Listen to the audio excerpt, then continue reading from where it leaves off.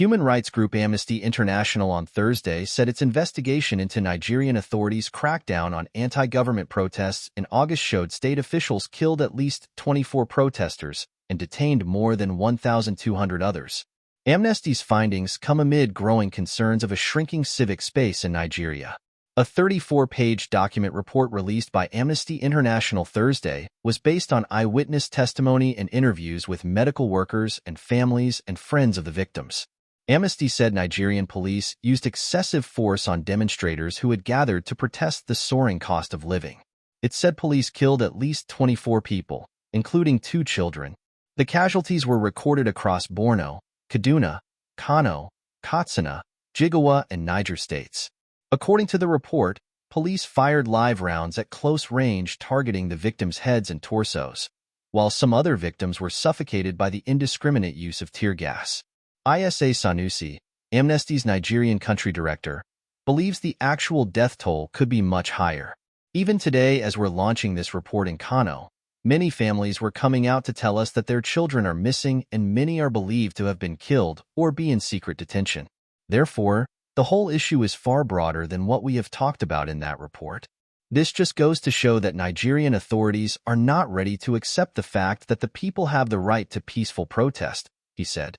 The August protests, which organizers called 10 Days of Rage, were in response to the soaring cost of living many believed was caused in part by President Bola Tinubu's reforms, including the removal of fuel subsidies. Nigerian police authorities have not responded to Amnesty's allegations, but have previously denied using live bullets to quell the demonstrations. A national police spokesman did not take VOA's calls for comment. Nigeria has a long history of police brutality despite repeated promises to be more accountable. During the protests in August, heads of security agencies held an emergency meeting, and the Chief of Defense Staff, General Christopher Musa, addressed journalists. None of us here is happy to hear any Nigerian is injured for whatever reason. It's our duty to protect Nigerians. We're going to remain focused, committed. We're going to respect human rights, the rights of everyone who's lawfully performing his task or duty.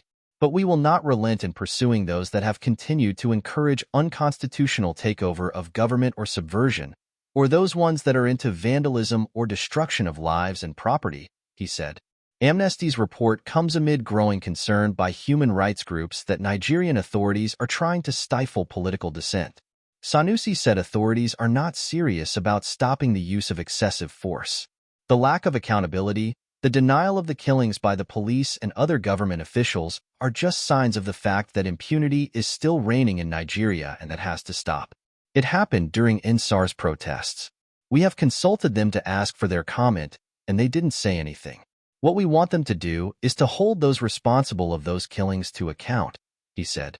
In October 2020, police brutality sparked massive protests against the Special Anti-Robbery Squad or SARS unit of the police. The protests ended in a deadly shooting at the Lekki toll gate in Lagos.